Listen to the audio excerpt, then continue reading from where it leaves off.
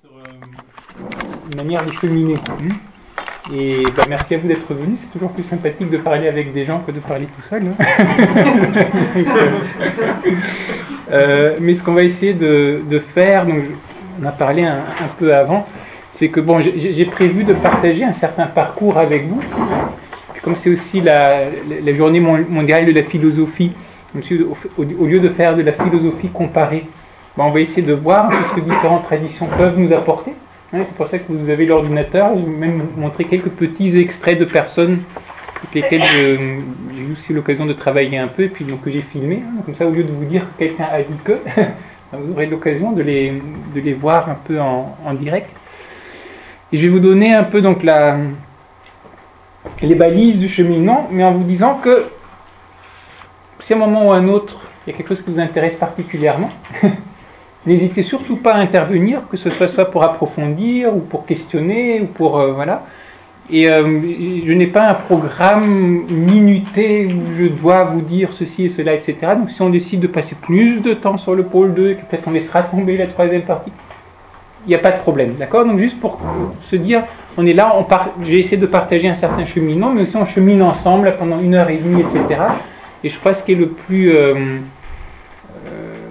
j'aime pas le mot productif, mais on va dire peut-être le plus adéquat, c'est justement que chacun, là où on en est, on puisse trouver quelque chose finalement fait dans le partage.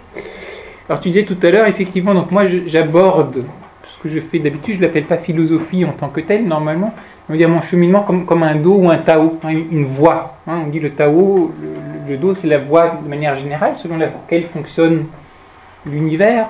En Inde on dirait peut-être le dharma, voilà. Mais en même temps, ça peut être aussi donc, les voies d'un art, certaines pratiques, et puis ça peut être aussi votre Tao, votre Dharma, qui est votre responsabilité, justement, ou votre manière de vous situer dans le monde. Et d'une certaine manière, ça fait écho à cette idée de philosophie comme style de vie.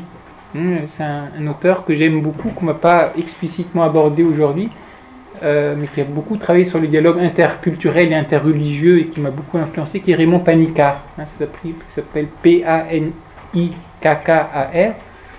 Je n'ai pas réussi à retrouver le texte, mais il a écrit un beau texte aussi sur cette idée de la philosophie comme un style de vie, qui est autant amour de la sagesse que sagesse de l'amour. Et qui met donc en fait l'accent sur deux pôles qui me paraissent donc très très complémentaires. Avec l'amour de la sagesse, il y a parfois cette idée un peu solitaire qui nous apparaît. C'est un peu l'ermite là qui se coupe de tout pour trouver la sagesse ou la vérité en renonçant au monde qui peut-être parfois peut l'en empêcher.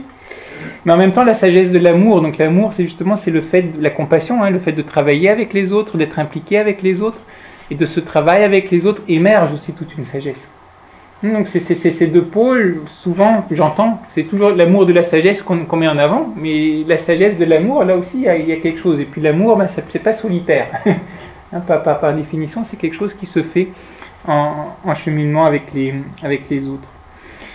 Et on a déjà un peu dans cette double ouverture, pour moi en fait, les deux notions que je vais essayer un peu d'éclairer, qui sont le courage et la responsabilité.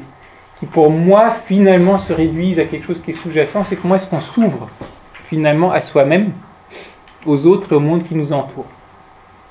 Alors l'ouverture peut-être à partir du cœur, on va dire, le courage, vous avez le cœur qui en fait partie, mais aussi responsabilité, responder, la réponse, se répondre mutuellement. Donc en fait tout ce qu'on va essayer un peu de ce que je vais vous mettre moi sur le buffet, vous pouvez mettre d'autres choses, ça sera finalement un peu cette exploration là de qu'est-ce que ça signifie, comment est-ce qu'on peut l'aborder, comment est-ce que ça a été abordé dans diverses traditions, puis comment est-ce que ça pourrait nous inspirer. Alors je ne sais pas si vous connaissez, certains d'entre vous, les histoires de Moula Nasruddin, vous connaissez? Oui, voilà, donc qui est une figure plus du Moyen-Orient, qui a bien voyagé jusqu'en Chine, et qui est un peu l'incarnation du fou qui est sage en même temps, qui est le héros de toutes sortes de petites histoires, on va dire drôles, mais qui peuvent nous faire réfléchir. Donc en réfléchissant à la conférence, j'ai dû penser à une des histoires que j'aime bien, qui est, je disais tout à l'heure, un peu situation du monde peut-être qui est parfois pas évidente en ce moment. Ben, là, symboliquement, on est dans une situation où le Moulay Nasruddin se trouve sur un bateau qui est pris en pleine tempête. Et tout le monde essaye de s'en sortir, et puis donc il commence à y avoir des trous dans le bateau, l'eau commence à rentrer, le bateau commence à couler, donc tout le monde commence à s'affairer, à essayer de vider avec tout ce qu'il trouve, les seaux, les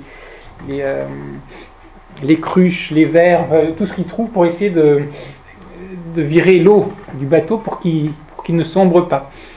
Et pendant que tout le monde s'affaire, le Moulay Nasruddin fait l'inverse. Alors lui, il a son seau et puis il puise dans la mer et il met dans le bateau. Et donc les autres disent, mais attends, qu'est-ce que tu fais, Nasruddin? Est-ce que tu es fou? Mais qu'est-ce que c'est que cette approche? Il dit, ah, vous savez, moi, ma mère m'a toujours dit de mettre du côté du plus fort. Et donc, je crois que comme point de départ, c'est assez intéressant, puisque je crois que d'un point de vue donc autant social, collectif, que du niveau individuel, c'est quand même souvent ce qu'on fait. Quand vous avez un travail qui vous paraît peut-être plus ou moins intelligent ou pertinent ou quoi que ce soit, pas souvent qu'on critique vraiment ou qu'on va vraiment essayer d'aller contre ce qui risque de vous causer des problèmes plus ou moins grands, parfois plus ou moins imaginaires, parce que parfois finalement les gens seraient contents si vous disiez votre opinion et que vous les défendiez. Mais on a cette autocensure parfois par oh là là, mais si je fais ça, comment ça va être perçu? Puis je donne des cours de yoga à mon université, est-ce que je ne vais pas perdre ma crédibilité là en tant que professeur de droit ou d'anthropologie? Enfin, ce genre de questions-là.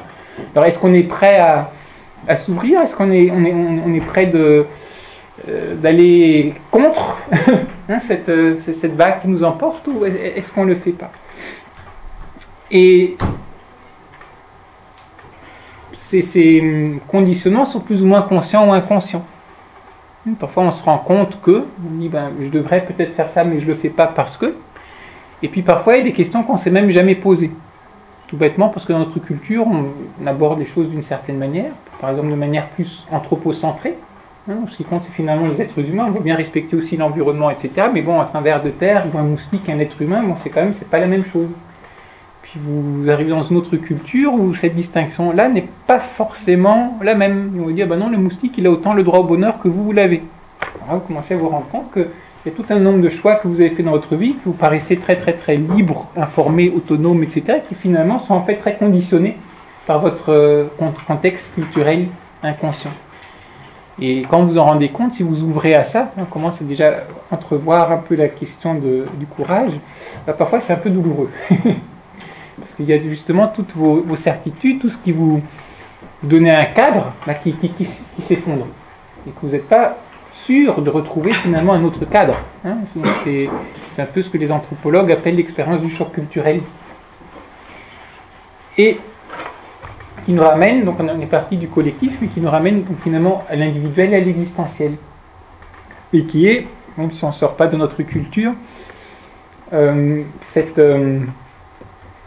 constatation qu'on peut faire, c'est que la grande majorité d'entre nous sommes très très très contents d'être dans notre cocon confortable.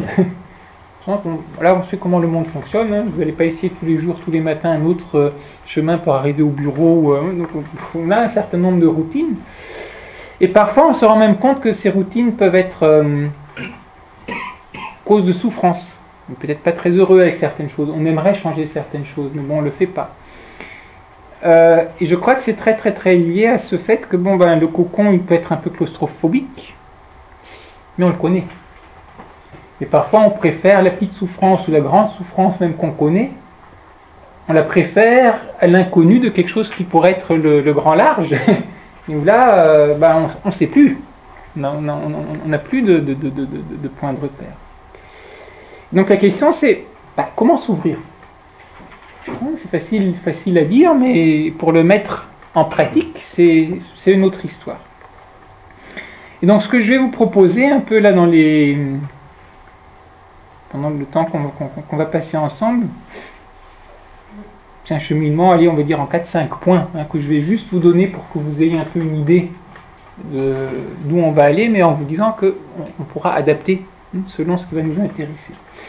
Donc la première, et ça je vais vous le montrer donc, avec mon ordinateur, à travers deux petits extraits d'une interview que j'ai faite avec Robert Vachon, qui était donc un des fondateurs de l'Institut interculturel de Montréal, donc, qui a été créé dans les années 60, et qui voulait justement créer un espace de dialogue interculturel sur toutes les questions, la science, la religion, la médecine, etc., d'apporter vraiment des éclairages de cultures différentes, et qui était donc jusqu'à maintenant aussi donc, le directeur en fait, de leur publication qui s'appelle Interculture, et qui dans cette interview en fait aborde des très très belles questions sur qu'est-ce que c'est que l'écoute, tu vois, qui est fondamental en fait par rapport à l'histoire de s'ouvrir, c'est l'écoute, s'écouter soi-même, les autres et puis le monde. Et puis aussi la question, la personne, qu'est-ce qu'on est en fait comme toute la richesse qu'est finalement la personne humaine. Donc après ce premier petit horizon qui donnera plutôt la beauté de la démarche, on va balancer ça par la nécessité d'affronter notre part d'ombre. Parce que très souvent, le dialogue, c'est formidable, etc., etc. Puis on oublie parfois que, oui, mais vraiment s'ouvrir, vraiment se remettre en question, ça signifie aussi regarder peut-être les choses qu'on n'a pas trop envie de regarder. C'est pas uniquement entre le divin et le monstrueux, c'est pas uniquement de regarder vers le divin, mais aussi de regarder bien notre côté, entre guillemets, un peu monstrueux ou animal, ou enfin, côté peut-être un peu moins exalté. Et donc là, on va le faire avec un tout petit détour à travers donc, un maître de yoga. J'ai carrément fait une interview sur le courage. Donc je crois qu'il y a des choses intéressantes. Puis ça va nous mener en fait vers une approche. Donc on aurait été en Europe, on aurait été en Inde par rapport au yoga. Puis ça va nous mener dans une approche plus peut-être un peu bouddhiste sur l'idée d'une voie du guerrier qu'on retrouve dans toutes sortes de cultures, mais que bon là je vais essayer de vous exposer à travers les travaux de Tshögyam Trungpa. Et ce qui va nous mener après à quelques enjeux, comment apprendre à apprendre, et finalement, dans une conclusion, peut-être sur la question de quel horizon pour une responsabilité revue, donc qui aura déjà intégré un peu tout ce cheminement intérieur aussi, qui en fait qui est nécessaire. C'est pour ça que je vous dis au départ que pour moi, courage et responsabilité, les deux sont intrinsèquement en fait liés. Alors, pour ceux d'entre vous qui ont des belles feuilles et des beaux stylos, j'ai l'impression que ça a disparu. Ah non, c'est encore là. C'est juste ce que je vais vous montrer maintenant, plus certaines autres interviews. Vous avez l'adresse en haut. Donc si vous voulez voir les vidéos en entier, etc., puis j'en mettrai probablement d'autres dans le futur. Donc c'est l'adresse que vous avez donc là-haut. Et ce que je vais faire, c'est que là je vais vous le montrer, et quand on arrêtera de regarder, je vous remettrai, comme ça vous aurez tranquillement le temps de recopier donc voilà, donc voici Robert Vachon. Et donc le premier petit extrait, c'est sur la notion donc, d'écoute. Qu'est-ce que c'est qu'écouter ?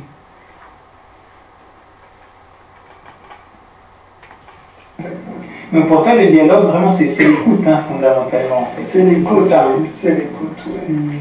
L'écoute contemplative, j'appelle ça l'écoute contemplative. C'est l'écoute pas seulement avec tes oreilles, mais avec ton cœur, puis plus profond encore avec ton âme. Puis alors tu te vides complètement et tu te laisses remplir.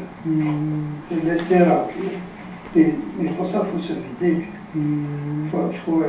Alors, c'est l'écoute contemplative, c'est une écoute c'est presque comme tu disparais et tu laisses la place aux choses.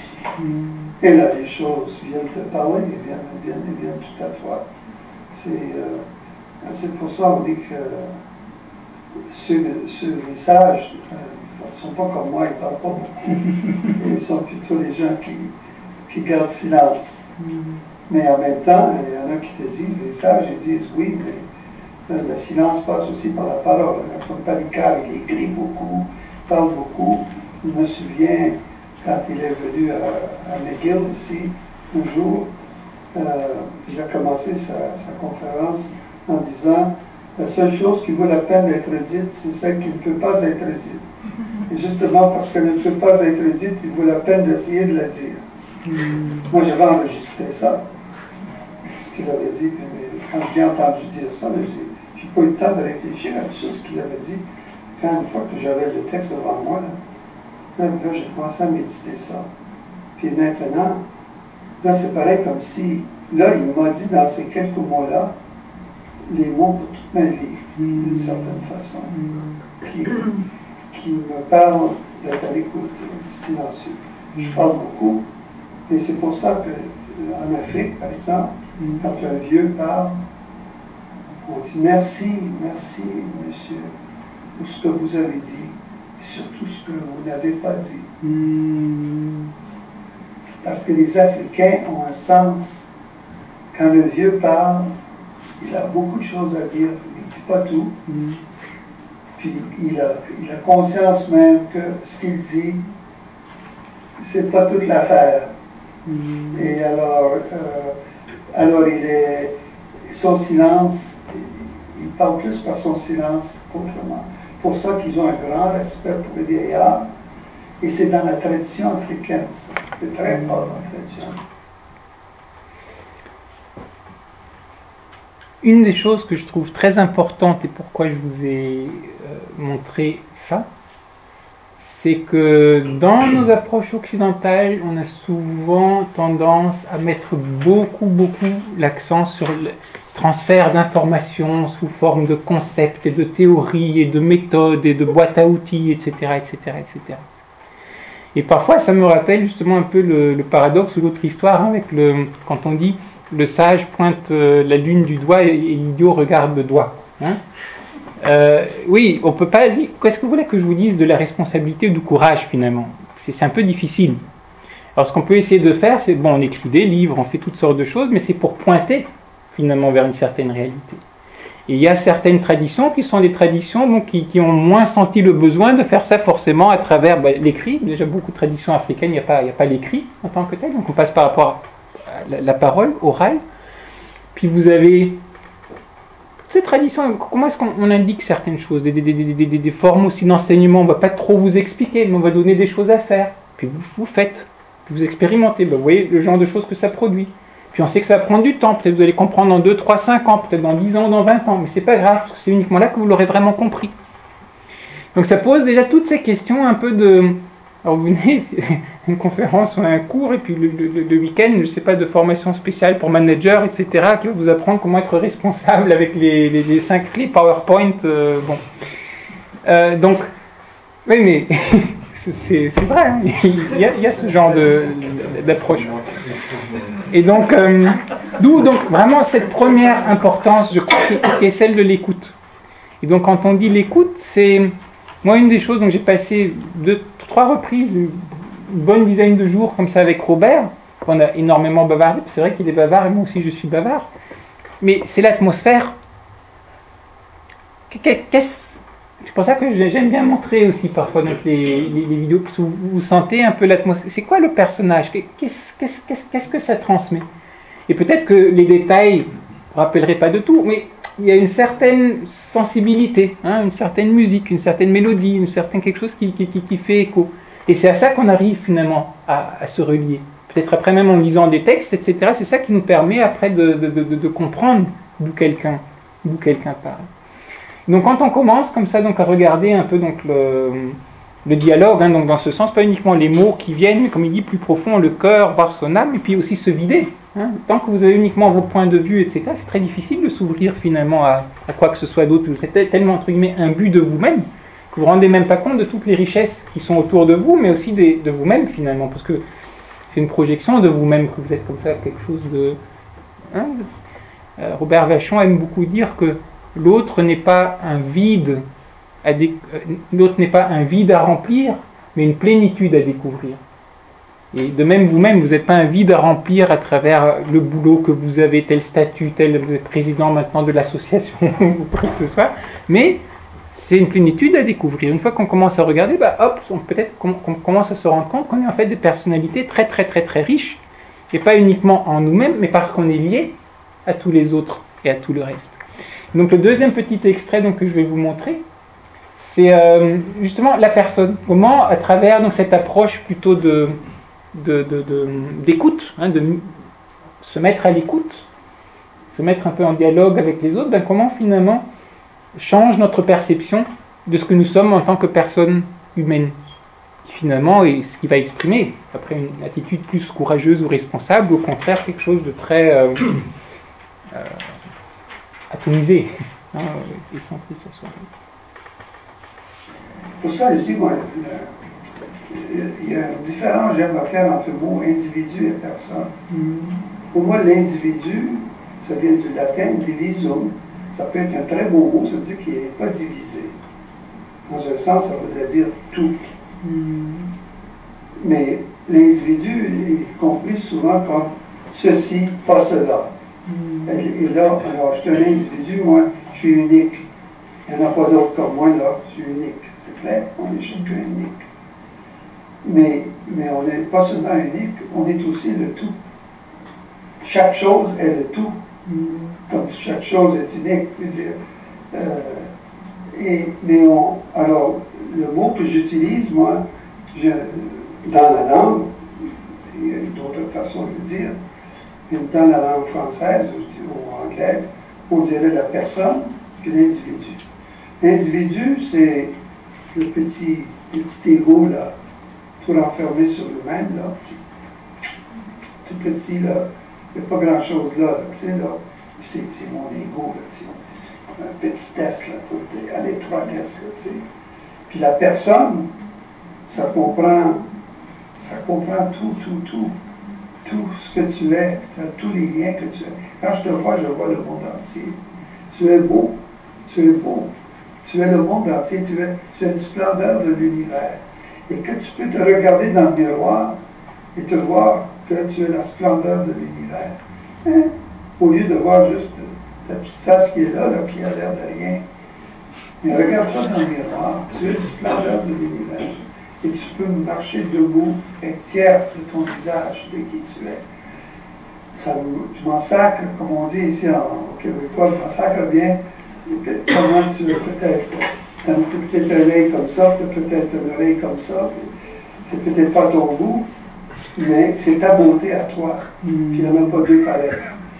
Puis c'est une splendeur, c'est l'univers entier qui se reflète en toi. Sois-en fier.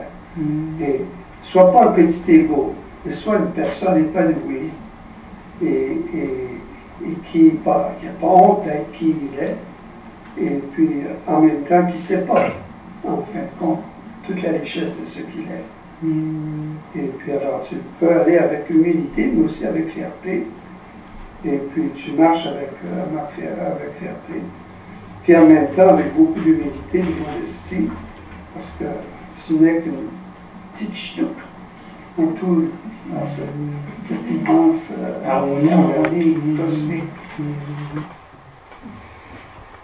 Donc là, il y a à nouveau beaucoup de choses, mais une des choses donc moi que je trouve particulièrement interpellant quand on parle justement surtout de notions comme de courage, etc. À la fin, il parle d'une part la dignité, puis on est tout l'univers, et puis en même temps cette humilité. Et souvent, dans la manière dont on pense les choses, pour nous, c'est des choses contradictoires. Alors, soit on est humble, on accepte tout, on ne dit rien, ou alors, au contraire, on se prend pour le roi du monde et on écrase tout le monde, etc. Donc, parfois, on a beaucoup de mal à voir, en fait, les liens entre ces aspects. Qu'est-ce que c'est qu'une véritable humilité? Est-ce que la véritable humilité, c'est juste parce que vous n'êtes pas capable, vous êtes trop paresseux pour faire des efforts, alors vous acceptez tout? Parce que c'est vraiment de l'humilité? Est-ce que la grandeur, c'est parce que vous avez un peu de force, vous exploitez tout le monde? Est-ce que ça c'est vrai? Et si vous voulez donc vraiment avoir une approche, on va dire, globale de la personne humaine, vous allez vous rendre compte que beaucoup d'aspects qui parfois peuvent paraître peut-être opposés d'un premier point de vue, finalement sont en fait, si vous les comprenez bien, ou bien si vous mettez dans une certaine perspective, commencent à devenir des éléments très très nécessaires et très très très complémentaires. Et pour être un roi de l'univers, vous devez être en même temps la petite poussière et qui est là. Et l'un ne va pas sans l'autre. Et donc la chose qui est extraordinaire, donc moi je trouve, donc ça vous a donné, et puis donc cette idée de mystère aussi, d'oser s'ouvrir à qui on est. Donc de dire, peut-être que vous êtes plus que ce que vous pensez. Vous regardez dans le miroir, vous vous regardez d'une certaine manière, mais peut-être que, en fait, vous êtes plus profond que ça. Mais il faut oser regarder. Et c'est vrai que quand vous commencez à oser à regarder, au départ, c'est pas toujours les choses les plus belles aussi qu'on voit, hein, puisqu'on commence à se rendre compte, justement, peut-être de son côté, comme son petit égo là, hein, puis on se dit, c'est pas très joli tout ça. Peut-être parfois c'est les autres qui nous font remarquer aussi. Et puis au départ, on veut pas vraiment l'accepter en tant que tel, on veut pas l'entendre, c'est les autres qui ont le problème, c'est pas soi-même, nous on est bien. C'est parce que les autres sont pas respectueux que nous, on est obligé d'être pas respectueux. Comme disait ma maître de yoga, dont je vais vous montrer maintenant le petit extrait, il disait, souvent les gens, quand ils sont dans l'école, l'ashram, si vous voulez, il y a un cours de 6 mois, donc résidentiel, qui se fait depuis une 50aine d'années là-bas. Très souvent, on entend, oui, non, mais moi, je suis bon pour pratiquer, etc. Mais comment est-ce que vous voulez qu'on pratique? Il y a les moustiques, etc. Alors, c'est la faute aux moustiques. Vous êtes le yogi parfait, mais bon, il fait trop chaud. Puis il y a les moustiques, et puis vous n'êtes pas habitué à la nourriture, et puis il y a ceci et cela. C'est toujours les autres. C'est toujours l'environnement qui est responsable, c'est jamais vous. Et donc, à un certain moment, de changer le regard, dire, peut-être que c'est moi, hein, finalement. Comment ça se fait qu'il y en a d'autres qui sont là et qui sont bien, bon, quelque part avec les moustiques et tout ça, ils arrivent quand même à faire leur travail. Et vous n'arrivez pas. Alors peut-être que c'est aussi un peu moi, hein, c'est peut-être un peu une part de responsabilité, hein, justement dans ma manière de percevoir le monde. Mais alors quand on commence à regarder ça, ça nécessite beaucoup de courage. Parce que vous ne voyez pas uniquement la beauté, mais vous commencez à voir tous ces instincts de survie, cet ego, toutes ces choses qui ne sont pas forcément très, très encourageantes, mais qui en même temps, dans une perspective indienne, donc où vous êtes passé à travers de multiples réincarnations, etc., qui vous ont mené, en fait, où vous en êtes maintenant, étaient des étapes de votre cheminement. On va dire, si vous, dans votre concept, vous n'êtes pas dans un concept de réincarnation, peu importe, si vous regardez l'évolution qui a mené à l'espèce humaine, c'est parti des amibes, c'est parti, puis t'es sorti de l'eau, je sais pas, les poissons, etc., et puis on est devenu ce qu'on est devenu. Puis on a notre cerveau reptilien qui est encore là, on a notre cerveau... comment on dit, mammalien, qui est là, et puis le cerveau humain là, qui est plutôt dedans. Mais donc on a toute cette évolution biologique aussi en nous. Et donc ce qui pouvait être à certains moments d'évolution des atouts, par exemple l'instinct de survie, hein, donc le fait de tuer plutôt que d'être tué, etc. Bon, ok, pour un lion peut-être c'est très bien, mais quand vous commencez à sortir du domaine animal et que vous commencez à devenir un être humain, peut-être qu'il y a autre chose, peut-être qu'après il y a le sacrifice pour les autres, il y a des choses qui étaient des vertus, entre guillemets, à une certaine étape, qui peuvent devenir des vices à une autre étape. Et donc toutes ces notions donc, de courage et de responsabilité changent avec votre conscience qui change. Et on va dire les tentations, les problèmes deviennent de plus en plus subtils. Mais en même temps, plus ça devient subtil, plus en même temps c'est difficile de déraciner ces choses très très très subtiles, parce que c'est celles qui sont les plus profondes en fait. Et donc là, c'est juste un petit extrait, alors là c'est en anglais, hein. J'ai posé la question, il m'a dit tu peux y aller en anglais. Donc c'est uniquement 2-3 minutes. Si jamais, bon, de toute manière j'ai déjà dit un peu l'essentiel et je redirai après. Mais aussi comme ça vous pourrez voir aussi donc ma maître de yoga, qui alors vous êtes peut-être étonné par son accent. Elle est d'origine américaine, elle est arrivée en Inde quand elle avait 24-25 ans et puis depuis elle est restée, elle est devenue indienne, donc ça fait je sais pas, pratiquement 45 ans qu'elle est là-bas, mais ce qui explique son accent. Alors,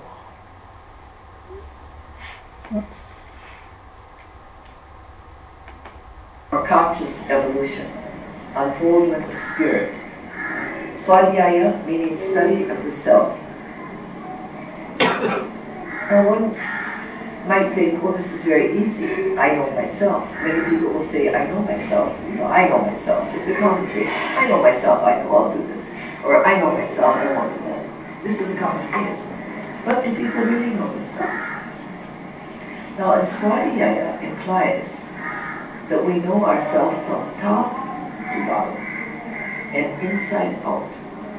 not superficially, not according to an image that's been thrown back to us by our parents, an image that, a reflection that's thrown back to us by society, or an image that is thrown back to us from outside.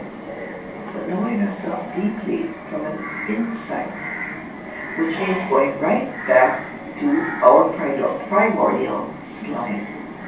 We have to go right back to our link with the amoeba liver, which of course in our body is represented by the cell. We have to go right down to a cellular level and know ourselves on a cellular level.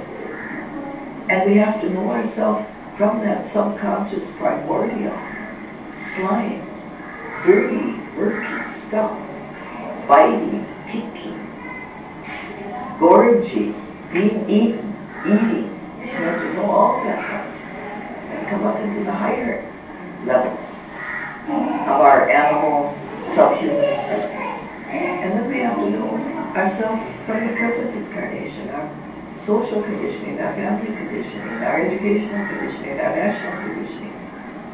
And then we have to try to understand who we really are. Now this Swadhyaya thus becomes a very deep, deep study. How are we going to get into the subconscious? Subconscious implies that we're not conscious. It's below consciousness. If we're not conscious of something, how are we going to become conscious of it? Isn't that the crux? If we are not aware of something, how can we become aware of it? We're not even aware of it. That is the old Zen paradox. How can a mouse eat itself? If we're not conscious that we're a coward, how can we know we're a coward? We might think we're brave because maybe we were very good at sports and everybody used to say you're so brave. Or maybe we jumped out of airplanes with a parachute or did monkey jumping. We think we're very courageous and maybe we're not at the heart. So how are we going to uncover that unconscious layers? So when we talk about Swadhyaya, it's occurred to me we almost have to talk about guru, the idea of guru. Because the guru implies light. Light that is shown on the dark aspects of our nature. Someone, it doesn't have to be a person, it can be a situation. It can be the environment. It can be a book. It can be one's enemy. It can be a situation. It can be anything. Anything that shows light on a subconscious aspect of our nature is the Guru spirit. Now, to see the gunk and the murk and the garbage in our nature requires tremendous courage.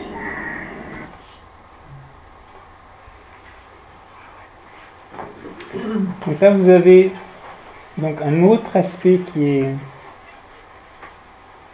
très important. J'essaie de vous retrouver en fait le...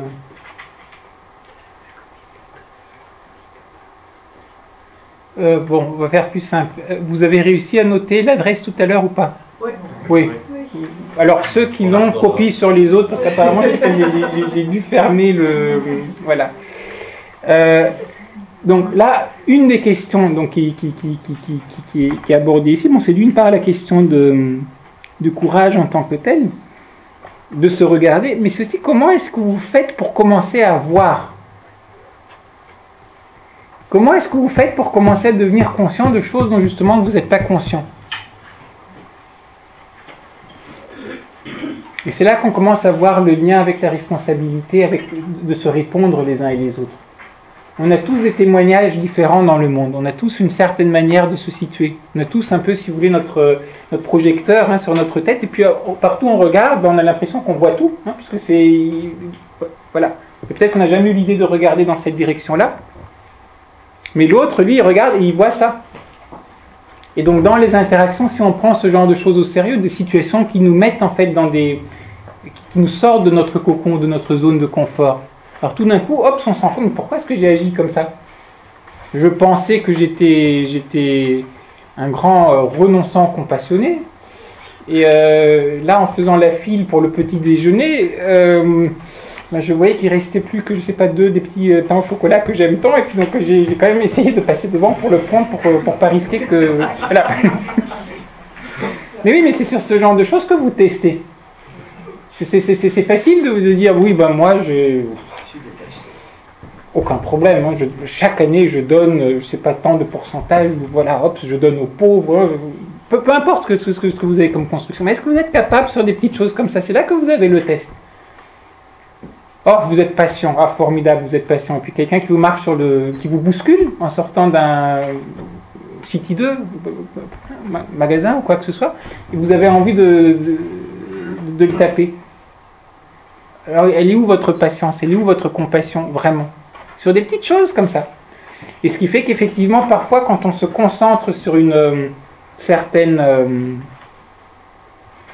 sur un certain projet, on peut arriver. Alors pendant 2 mois, allez, on va aller escalader le mont Everest, etc. Et puis là, on va être capable d'endurer toutes sortes de choses, etc. Mais c'est parce que là, on s'est focalisé sur ça. Mais est-ce que ça veut dire que fondamentalement, dans tous ces aspects de sa vie, on est aussi responsable qu'on l'est avec ses amis de cordée, hein? Ou est-ce que là, ce lien-là ne se fait pas tout à fait? Alors si on a cette vision un peu plus large, donc qui mène à cette idée de svadhyaya, hein, qui est cet effort de connaissance de soi-même. Alors là, effectivement, tout ce genre de situations peuvent être en fait des situations qui peuvent nous permettre d'une part de voir et puis de développer aussi certaines qualités. Mais si vous ne faites pas de lien explicite en fait entre ces choses-là, ben, vous risquez de devenir très très bon dans un certain domaine, mais ça ne veut rien dire du tout par rapport à votre personnalité en général. Vous pouvez avoir, pour faire un petit jeu de mots, vous pouvez avoir un héros qui se retrouve finalement être un zéro, hein. Et peut-être parfois le contraire, un zéro ou quelqu'un que vous ne voyez pas trop, et puis il se retrouve dans une situation et tout d'un coup vous allez voir les qualités sous-jacentes en fait qui émergent, mais que vous n'avez jamais eu l'occasion de voir parce qu'il était dans des circonstances qui ne faisaient pas apparaître ces vertus de patience, de mettre les autres devant soi-même, enfin tout ce genre de choses. Et donc c'est cette nécessité aussi, donc dans Amapa, c'est cette idée de guru, hein, qui est un peu mauvaise presse ici, parce qu'on tout de suite on assimile la secte et puis on donne l'argent et puis ouais, c'est un peu ça. Mais c'est un mot très très très profond, oui. Je parlais tout à l'heure, mais c'est un mot très profond, hein. C'est ce qui signifie, ce qui enlève l'obscurité. Et c'est pour ça que donc Amma disait, ça peut être pas uniquement forcément une personne, ça peut être une situation, ça peut être un livre, ça peut être toutes sortes de choses. Mais disons que parfois, ou un enseignement, hein, mais parfois c'est pas mal d'avoir des gens qui ont un peu fait des efforts et qui ont peut-être un tout petit peu plus ouvert leur conscience, tout bêtement parce qu'ils sont passés par où vous êtes passés, où nous passons. Hein, souvent on a un peu l'impression que les défis intérieurs c'est nos défis. Je suis malheureux, c'est terrible, la vie est injuste avec moi. Oui, mais bon, il y a 7 milliards d'autres personnes qui vivent la même chose, et puis si vous regardez sur le passé, ben, ça fait des milliards et des milliards, c'est humain, c'est ça, être un être humain. Bon. Alors quand vous commencez à comprendre que votre problème n'est pas uniquement un problème individuel, mais que c'est tout bêtement, c'est ça, être humain, et qu'il y a des êtres humains qui sont peut-être allés un peu plus loin, etc., enfin, ils ont avancé un peu plus, c'est tout, ils se sont posés un certain nombre de questions, ben, ça peut être utile d'essayer de profiter un peu de cette expérience. Ce qui peut parfois être un peu difficile, parce qu'on n'a pas trop envie qu'on nous renvoie certaines choses. On aime bien être poli et que chacun puisse garder un peu son petit jardin, là... qui n'est pas très bien tenu. Donc, voilà, donc nécessité, je dirais, de ce que je disais dans le deuxième aspect, donc l'amour de la sagesse, mais qui passe aussi par sagesse de l'amour, que j'avais dit de manière large, qui est d'être en relation avec les autres. Très très difficile, soit être complètement tout seul, de jouer ce jeu de compréhension de vous-même. Parce que vous risquez tout bêtement de retomber dans ce qui est confortable pour vous, puis dans vos illusions de ce que vous êtes, mais pas dans ce que vous êtes réellement. Et donc, pour s'ouvrir donc maintenant à ça, et donc pour aussi pouvoir affronter, si on veut le dire comme ça, donc les reflets peut-être pas très glorieux que nous envoie notre environnement, ben on peut rentrer dans une démarche qu'on pourrait appeler en fait une démarche de guerrier. C'est intéressant la notion de courage aussi dont a parlé Amala. En sanskrit, c'est virya, qui est en fait la même racine aussi pour vir, l'homme, mais aussi viril, vertu, c'est la même racine.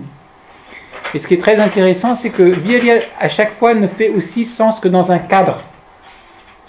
Vous avez toujours un cadre donné. Il n'y a pas d'action hors d'un cadre. Le fait juste de faire comme ça des actions complètement folles ou quoi que ce soit, c'est pas ça qui rend la chose vertueuse ou courageuse en tant que telle. L'importance du cadre. Et donc la démarche du guerrier, hein, dans toutes les cultures, le guerrier, paradoxalement, c'était pas le soldat payé pour appuyer sur un bouton, etc. C'était à la base, c'était des gens qui avaient un code de conduite à suivre. Qui n'est pas n'importe comment, contre n'importe qui. Il y avait des règles. Mais en même temps, dans votre dharma ou votre tao de guerrier, vous étiez confronté à quelque chose qu'on a tendance à parfois oublier, qui est que à chaque combat, vous ne savez pas si vous allez vivre après la fin du combat, vous ne savez pas si vous allez être estropié, etc. Donc souvent, ce qu'on voit quand on voit le guerrier, c'est le gars qui est costaud, peut-être courageux, etc. On ne voit pas du tout que c'est peut-être une des personnes qui est le plus confrontée à un certain niveau, ça dépend où on se place, à la fragilité de ce que c'est qu'être d'un être humain. Donc selon où vous placez, si vous avez, quand vous regardez dans les arts martiaux, si vous avez des approches plus animales de l'art martial, là c'est effectivement, on met en avant l'instinct de survie, on joue sur ça, hein, et puis les techniques qui vont être basées sur ça. Quand vous allez vers des arts martiaux qui deviennent plus humains, voire spirituels, toute la question c'est de savoir comment est-ce que je m'ouvre ici et maintenant. Comment est-ce que, pour devenir le plus efficace, en fait, je suis obligé non pas de mettre mon armure, je suis complètement insensible, je peux prendre tous les coups, etc. Mais comment est-ce que je peux être à l'écoute pour être capable d'agir de manière juste dans la situation? Donc, qui va être la manière la plus efficace pour agir. Mais comment j'arrive à faire ça, non pas uniquement dans une situation normale, mais dans une situation où ma vie est en jeu, où j'ai envie de partir en courant à la base, où toutes mes peurs vont ressortir, où tous mes espoirs de peut-être survivre sont là. Comment est-ce que je fais pour faire, entre guillemets, abstraction de tout ça, pour être ici et maintenant? J'ai peut-être pas du tout envie d'être là, mais il y a quelqu'un en face qui est en train de vouloir me tuer, ou de tuer ma famille, ou peu importe. Et vous êtes là. Et donc là, vous êtes en fait dans ce défi de vous ouvrir. Et de vous ouvrir, alors ça m'est arrivé une ou deux fois dans des combats, vous ne savez pas ce qui se passe, tout d'un coup il y a quelque chose qui se passe, vous êtes en train de prendre des coups, etc. Puis un autre espace qui s'ouvre. Il y a un espace sous-jacent. C'est un peu aussi ce qu'on disait tout à l'heure, là, avec les mots. Bon, on peut parler de certaines choses, mais la vie, c'est sous-jacent. Hein, tout ça. La vie ne se résume pas aux mots et aux concepts, et même pas aux sentiments. Il y a un espace dans lequel tout ça se joue. Alors, est-ce qu'on arrive à se relier à cet espace? Et donc, profondément, donc, si on va prendre donc, cette image-là du guerrier, on se retrouve tous finalement un peu dans ce genre de situation. Est-ce que déjà, de manière très explicite, est-ce qu'on accepte? Est-ce qu'on court? Est-ce qu'on ne veut pas regarder des choses en nous, autour de nous? Est-ce qu'on accepte de dire, bon, ok, regardons, je m'ouvre, ok, peut-être pas forcément très confortable, mais j'accepte de m'ouvrir. Et pour m'ouvrir, qu'est-ce que ça implique finalement, quand on dit je ne sais pas dit, mais là on commence à rentrer dans l'approche plus bouddhiste. Quand vous dites, ce qui est très fort, beaucoup des approches bouddhistes, c'est être ici et maintenant, être dans le moment présent. Qu'est-ce que ça signifie? Ça signifie sortir de ce jeu de peur et d'espoir, ce jeu de projection-là. Sortir du jeu de la dualité. Hein, je vois que le temps avance avec une vitesse beaucoup plus rapide que ce que je pensais.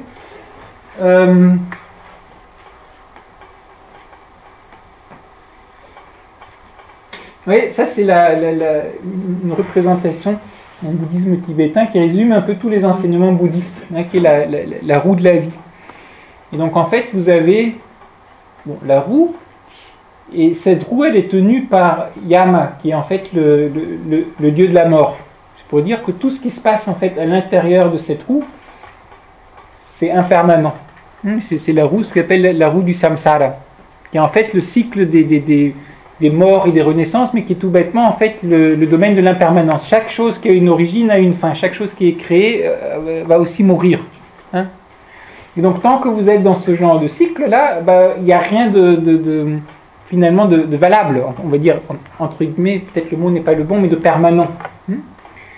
Et cette roue, elle tourne autour de quoi? Alors, on ne voit pas très bien malheureusement. Mais la roue tourne au centre de ce qu'ils appellent les trois poisons, qui sont représentés par un cochon, un coq et un serpent. Et qui en fait, c'est pas dessiné, mais qui s'enracinent dans quoi? dans une dualité fondamentale. Je vais expliquer. Donc, dans un point de vue bouddhiste, au départ, vous avez un espace, on va dire, qui est ouvert. Il n'y a pas de sens de séparation en tant que tel. Puis à un certain moment, pour une raison X, Y ou Z, c'est un peu le même genre de question, je ne sais pas, dans des traditions théistes, pourquoi est-ce que Dieu à un certain moment a créé ou pas créé, on ne sait pas trop. Hein. La seule chose qu'on peut dire, c'est qu'il y a un moment avant et puis un moment où tout d'un coup il y a. Chez les bouddhistes, c'est un peu la même chose. Donc eux, c'est moins théiste, c'est plus par rapport à l'esprit. Bon, il y a un espace et puis à un certain moment, ce qui se passe, c'est qu'il y a une conscience qui commence à prendre conscience de cet espace-là, mais qui commence à créer sujet-objet. Et celui qui observe et ce qui est observé. Donc vous sortez en fait d'une approche, on va dire, de ce qu'on appelle parfois en sanskrit advaita, donc de non-dualité. Vous commencez à rentrer dans une approche de dualité. Il y a l'observateur et l'observé. Et puis par rapport à ça, dès que vous rentrez là-dedans, ben vous commencez en fait à rentrer dans une vision de 3 genres de réactions possibles, qui sont soit vous aimez ce que vous voyez, alors vous voulez l'accaparer, hein, ça c'est le coq là qui picore les graines, ou alors au contraire ça vous fait peur et vous voulez le rejeter, hein, donc ça c'est la haine, c'est le serpent, ou alors ça ne vous intéresse pas, tout bêtement, donc vous restez ignorant face à ça, donc c'est le cochon. Et c'est à travers, donc je ne vais pas aller dans les détails, mais c'est dans ce jeu de ces 3 poisons fondamentaux que vous avez après en fait tout le jeu des projections qui se met en place. Avec les émotions que vous avez, l'intellectualisation de ces émotions, en fait tout ce monde finalement qu'on se crée. Ce qui ne signifie pas, comme on le fait parfois dire aux bouddhistes, que le bouddhiste considère qu'il n'y a rien, c'est pas que vous n'êtes pas là. Il y a une réalité qui est là, c'est la manière de la percevoir qui est faussée. Vous avez une manière illusoire de percevoir, si vous voulez, la réalité. Et c'est pour ça que vous voyez, il y a là comme ça sur la gauche et la droite, vous avez les Bouddhas. Donc en fait, l'état d'éveil, et en fait, c'est quand vous sortez, quand vous avez coupé ces 3 racines, et que vous sortez en fait de ce cycle de projection qui s'auto-entretiennent. Et là, il est intéressant peut-être de juste dire, oui, peut-être 2-3 mots quand même, parce que c'est intéressant, du cheminement bouddhiste tel qui peut être compris dans le bouddhisme tibétain par rapport aux différentes étapes, parce que ça donne une illustration simplifiée de ce que j'essayais d'indiquer tout à l'heure, que toutes ces notions de responsabilité et de courage sont aussi, c'est des choses qui dépendent au niveau où vous en êtes. Il n'y a pas de courage dans l'absolu, il n'y a pas de responsabilité dans l'absolu. Tout dépend de votre niveau, on va dire, de conscience. Et ce qui peut être adapté dans un certain niveau, et puis par rapport à un certain positionnement dans le monde, peut ne pas être adapté à un autre niveau et par rapport à un autre positionnement dans le monde. Et donc par rapport à un cheminement plus intérieur, il y a souvent ces distinctions que probablement certains d'entre vous ont déjà rencontrées, qui est celle de Hinayana, Mahayana et Vajrayana. Donc qui est en fait le petit véhicule, le grand véhicule, et puis le véhicule de diamant. Dans les Hinayana, le problème que vous avez, et on en revient à cette idée un peu de gourou, ou de discipline, ou de maître, hein, c'est que pour commencer à vous rendre compte de ce qui ne va pas, et d'essayer de le changer un peu, vous avez besoin d'une certaine structure. Donc vous avez besoin de qui dit bon, pourquoi est-ce que je vais pas mis oui, parce que tu manges tellement de chocolat que c'est pas étonnant que tu sois malade après. Donc chocolat pas bon. D'accord. Alors vous commencez comme ça à avoir des règles assez strictes, une discipline assez stricte qui va vous permettre de vous rendre compte d'un certain nombre de choses, et puis quand on parle de bon karma et mauvais karma, karma c'est l'action, hein, c'est la loi de l'action et de la réaction. Un bon karma serait quoi? C'est quelque chose qui permet un peu d'ouvrir un peu ce nœud, hein. Donc de vous illusionner un peu moins et de vous ouvrir un peu plus. Et un mauvais karma, ce serait quoi? C'est toutes les choses qui au contraire qui vous enchaînent encore plus avant, parce que vous empêtrez encore plus dans vos projections. Donc un niveau de base, c'est dire il y a un certain nombre de choses dont on me dit ou dont j'ai fait l'expérience qui plutôt ont des mauvais effets, donc j'essaye de renoncer à ça et j'essaye plutôt de faire les choses qui sont bonnes, entre guillemets.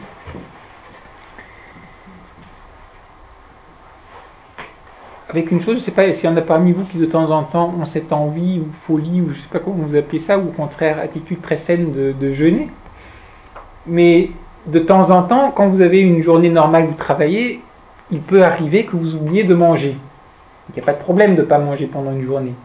Par contre, si vous avez décidé un jour de jeûner, c'est pas tout à fait la même expérience. Donc, c'est pour dire que justement, les cadres sont très importants. Et si vous êtes, par exemple, donc au départ, dans votre cadre de « Ah, ben, allez, aujourd'hui je jeûne », et puis à midi vous avez faim, « Oh, ben finalement, c'est pas grave, je pourrais jeûner, hein, mais là, bon... allez, hop. D'accord ? Donc justement, là, vous ratez l'occasion de vous mettre comme ça au test pour savoir est-ce que je suis vraiment capable ou est-ce que je suis pas capable. Et on est très très fort pour s'inventer toutes les excuses. On est très très fort. Et donc là, est-ce qu'on garde ? Alors peut-être que même vous allez succomber, parce que le chocolat était tellement tentant que bon ben voilà. Mais au moins, vous vous en rappelez, vous essayez pas de vous trouver une excuse pour. Vous dites bon d'accord, alors la prochaine fois j'essaierai de ne pas succomber. Puis vous essayez de voir aussi ce qui vous amène à, etc. Mais disons, vous avez une approche qui est plus pas très drôle, quoi. Il faut dire, c'est un peu rigide. Hein. Voilà, ça c'est ce qu'il faut faire, puis ça il ne faut pas faire. Puis méditation, 6 heures ce soir, 6 à 7 méditation. Hein. Quoi qu'il arrive, voilà. Mais c'est très important, parce que si vous ne le faites pas, vous n'allez jamais méditer, parce qu'il y a votre copain qui vous appelle pour aller au cinéma, etc., vous n'allez jamais pratiquer. Donc vous avez besoin, effectivement, à certains moments, d'une structure qui est très très structurée. On va dire ça comme ça. Et une fois que vous avez cheminé pendant un certain temps, qu'est-ce qui va se passer ? Donc vous commencez à vous rendre compte, donc vous n'êtes plus tout à fait aussi... vous avez réglé des problèmes de base, on va dire. Donc au moment où vous avez réglé un peu des problèmes de base, en fait, vous avez votre vision qui s'élargit un peu. Vous ne voyez plus que c'est terrible, ma copine m'a quitté, j'ai perdu mon boulot. Vous êtes tellement apitoyé que ça, même vous ne pouvez même pas voir finalement ce qui se passe autour de vous. Donc au moment où vous avez réglé un peu ça, vous commencez à voir que vous n'êtes pas le seul qui a des problèmes. Et qu'en fait, il y en a d'autres qui souffrent. Et que d'une certaine manière, ça vous fait souffrir aussi de voir comme ça les autres qui souffrent. Donc vous dites, peut-être que le cheminement, c'est un peu égoïste là, d'uniquement cheminer pour moi-même, mais que ce serait peut-être bien de travailler avec les autres et puis de partager un certain nombre de choses avec les autres. Donc là, vous rentrez dans le Mahayana, qui est le grand véhicule, et qui est très souvent donc le vœu que vous faites à ce moment-là, c'est un peu justement de vous renoncer même à l'éveil, vous allez travailler pour que les autres puissent atteindre l'éveil. Alors à ce moment-là, il y a un changement qui s'opère, parce que qu'est-ce qui se passe si à 6h15, votre voisin frappe à la porte, parce qu'il a besoin de vous? C'est embêtant. D'une part, vous avez votre pratique, mais d'autre part, vous allez commencer à faire le vœu qu'il faut quand même travailler pour les autres. Donc il y a tout un cheminement, avec d'autres moyens et d'autres manières de faire, qui devient nécessaire, où vous arrivez en fait à travailler avec les autres. Vous élargissez votre perception. Donc vos responsabilités changent, votre manière d'interagir avec les uns avec les autres change. Avec un truc qui est très important, c'est que vous n'allez pas commencer à vous amuser de faire du Mahayana quand vous n'avez même pas encore réglé la base de vos problèmes. Hein, donc les étapes, c'est aussi c'est organique, c'est comme un arbre qui croît. Hein, mais disons, faut pas essayer d'être un arbre fini avant d'avoir été une petite pousse d'arbre au départ. Mais il y a deux choses qui sont en fait similaires dans ces deux approches du Hinayana ou du Mahayana. C'est quand même cette idée fondamentale que quelque part vous n'êtes quand même pas encore tout à fait comme vous devriez être. Hein, vous n'êtes pas éveillé. Vous aimeriez bien être éveillé. Parce que c'est quand même pas drôle d'être dans le samsara et de souffrir. Et alors c'est vrai qu'on vous dit qu'il y a un espoir pour vous parce que fondamentalement vous avez les bouddhistes, vous avez la nature de Bouddha donc, qui est en vous. Mais il y a quand même un peu cette visée que vous voulez tendre vers quelque chose. Puis dans le Vajrayana, on commence à retourner la perspective, on se dit non mais si l'éveil a une valeur quelconque, c'est qu'il est toujours présent. Si c'est un état qui est créé, ce serait le monde des dieux, hein, que vous avez en haut. Je ne vais pas rentrer dans les détails, mais les dieux, c'est des gens qui ont fait très très bon karma, etc. Ils sont dans leur hôtel de luxe, on va dire, là, pendant, mais où ils épuisent leurs réserves, leurs crédits, puis ils font beaucoup de choses utiles, et donc à un certain moment, ils doivent aller visiter aussi les autres mondes. Ils continuent à tourner, ils ne sont pas sortis du cycle. Donc d'un point de vue bouddhiste, on va dire que ce qui fait la valeur de l'éveil, c'est justement que c'est quelque chose qui est toujours présent, qui n'est pas soumis en fait à ce jeu de projection-là. Donc le Vajrayana va un pas plus loin et il dit ok, ben donc on reconnaît ça. Ce que je vois, ce que j'entends, c'est déjà l'éveil. Sauf que pour l'instant, je m'en rends peut-être pas encore tout à fait compte. Mais je vais jouer un petit tour à mon esprit, c'est qu'on va considérer que tout ça, je suis déjà éveillé en gros. Et que tout ce qui se passe autour de moi, c'est une manifestation de cet éveil-là. Vous vous rendez bien compte que si vous commencez à faire ça quand vous n'êtes même pas au départ, là vous ouvrez à toutes les catastrophes possibles et imaginables pour vous et pour les autres. Et c'est pour ça que surtout dans le Vajrayana, il est très très fort déconseillé de commencer à rentrer dans ce genre de choses si vous n'avez pas un maître, une tradition qui vous cadre bien, qui vous garde bien les pieds sur terre. Et donc c'est à travers ce genre d'approche que petit à petit donc, vous arrivez aussi à vous ouvrir après une perception dont parlait Robert Vachon tout à l'heure, qui est une perception allez on va prendre son terme, de personne, que vous n'êtes pas comme ça quelque chose d'isolé, mais que vous faites partie des situations dans lesquelles en fait vous existez. Et que d'une certaine manière, c'est ce que vous voyez parfois dans les mandalas, que ce soit maintenant indiens ou tibétains, qui sont toujours des structures où vous avez un centre, et puis vous avez une figure géométrique ou quoi que ce soit, il y a une périphérie, etc. Et donc tout est un mandala. J'existe pas sans vous. J'existe pas sans cette pièce, j'existe pas sans le monde, j'existe pas sans toutes les étoiles. Vous avez un arrière-fond. On les a arrêtés un peu, mon beau fond d'écran. Si vous êtes là, c'est à cause de tout ça aussi. Il n'y aurait pas d'étoiles et d'univers, vous ne serez pas là. Donc le fait de vous dire que vous existez comme ça de manière complètement indépendante, c'est partie aussi de nos illusions en tant que telles. Et donc,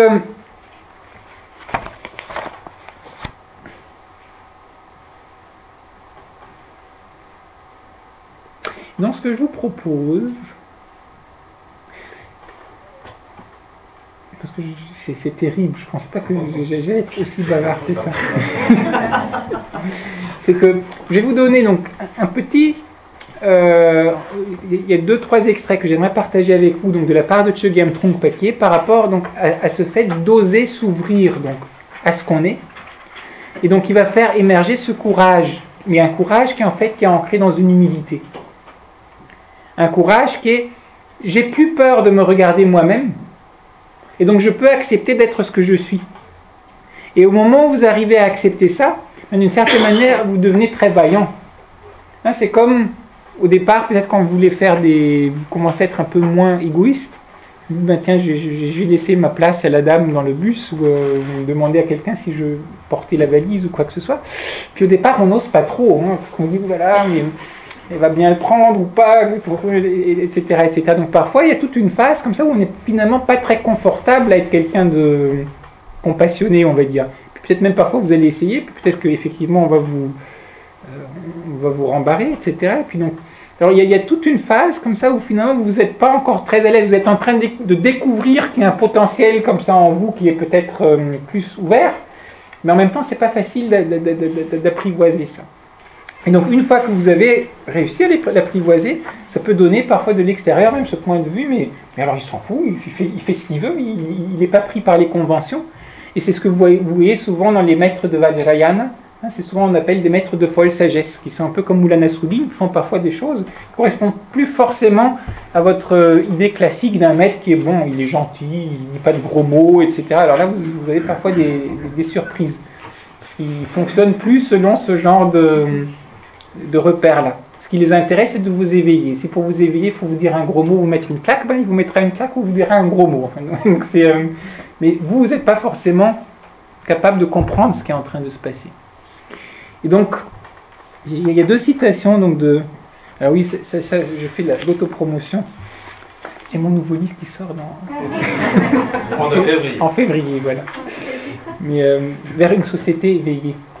Donc c'est plus en fait une approche bouddhiste du vivre ensemble. Mais en fait, les 2 premiers chapitres, c'est vraiment approfondir l'approche bouddhiste. Et puis après, j'essaye de voir, mais qu'est-ce qu'on peut en tirer, nous, par rapport à une autre manière de penser la responsabilité. Avec cette idée, justement, c'est ce qu'on a essayé de faire un peu là au long déjà de toute la soirée, c'est de ne pas faire de la comparaison de culture, mais c'est ce que Raymond Panicard appelait une démarche non pas comparative, mais imparative. Dans le sens, on va essayer, qu'est-ce qu'on va apprendre? On va vraiment s'ouvrir à cette autre expérience, on essaye de s'immerger dedans, puis qu'est-ce que ça veut dire par rapport à moi, et par rapport à mon point de départ. Et donc, essayez donc de faire une démarche qui n'est pas uniquement vous dire objective, eux ils ont ça, il y a ça, il y a ça, il y a ça, il y a ça, mais une démarche, on va dire, plus existentielle. Bon, moi je pars de là, mais eux ils partent de là, mais alors, en quoi est-ce que ça se rencontre, en quoi est-ce que c'est différent, en quoi est-ce que ça me fait avancer. Et donc Chogyam Trungpa disait, oui, parce que le courage est lié donc forcément à la peur, il dit, on commence à dépasser sa peur lorsqu'on l'examine. C'est à nouveau cette idée de swadhyaya. En fait, on ose regarder cette peur aussi. Au lieu de dire, oh là, j'ai peur, surtout, il ne faut pas que j'y pense. Lorsqu'on examine son anxiété, sa nervosité, son inquiétude, son agitation. Si l'on regarde sa peur de près, si l'on regarde sous le vernis qui la recouvre, sous la nervosité, on découvre en premier lieu la tristesse. Quand on est nerveux, on est occupé à frémir, à se survolter sans cesse. Lorsqu'on ralentit le pas, lorsqu'on se détend dans sa peur, on découvre la tristesse qui est calme et douce. La tristesse frappe au cœur et le corps répond en produisant une larme. Avant de pleurer, on a une sensation dans la poitrine, et ensuite les larmes montent aux yeux.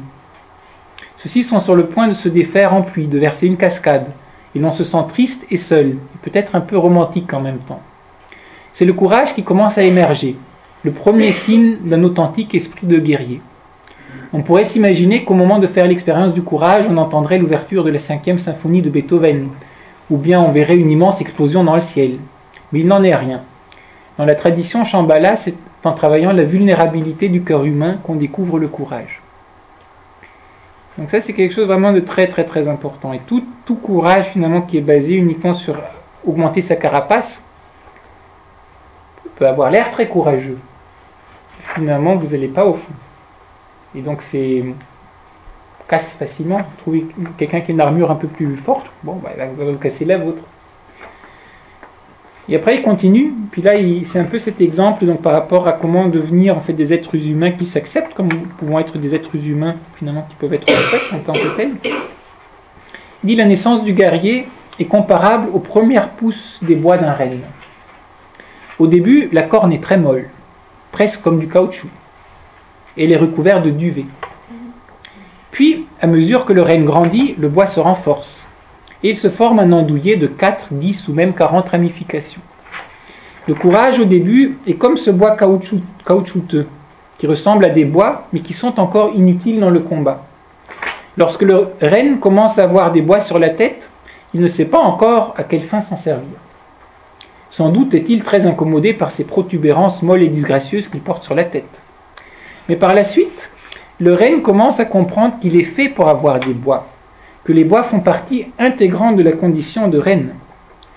De la même façon, la première fois qu'un être humain donne naissance au cœur sensible qui est le propre du guerrier, il peut se sentir extrêmement gauche et ne pas trop savoir comment s'y prendre avec ce type de courage. Mais par la suite, à mesure qu'on se familiarise avec cette tristesse, on s'aperçoit que l'être humain est fait pour être tendre et ouvert. Désormais, on n'a plus besoin de se sentir gêné ou embarrassé de sa sensibilité. En fait, la douceur commence à se transformer en douceur passionnée. On voudrait pouvoir s'ouvrir aux autres et communiquer avec eux. Lorsqu'on commence à se sentir à l'aise en étant quelqu'un de doux et de bien, c'est que les bois ne sont plus recouverts de duvet, qu'ils deviennent un vrai andouiller. Les situations deviennent très réelles, vraiment réelles, et en même temps très ordinaires. La peur évolue naturellement vers le courage, de façon très simple et très directe. Selon les principes du guerrier, le guerrier idéal doit éprouver tristesse et tendresse. C'est là qu'il va puiser sa grande vaillance. Sans cette tristesse qui vient du fond du cœur, la vaillance est aussi fragile qu'une tasse de porcelaine. Si on la laisse tomber, elle se casse sous ses brèches. En revanche, la vaillance du guerrier est comme une tasse en lac. Si la tasse tombe, elle rebondit mais ne casse pas. Elle est à la fois dure et souple. Oui, donc là vous avez toute cette idée que vous retrouvez aussi surtout dans les arts martiaux internes chinois, le yin et le yang. Et dans les arts martiaux plus externes, vous allez essayer d'aller au maximum du yang, qui est le plus le côté, on va dire, masculin, fort, etc.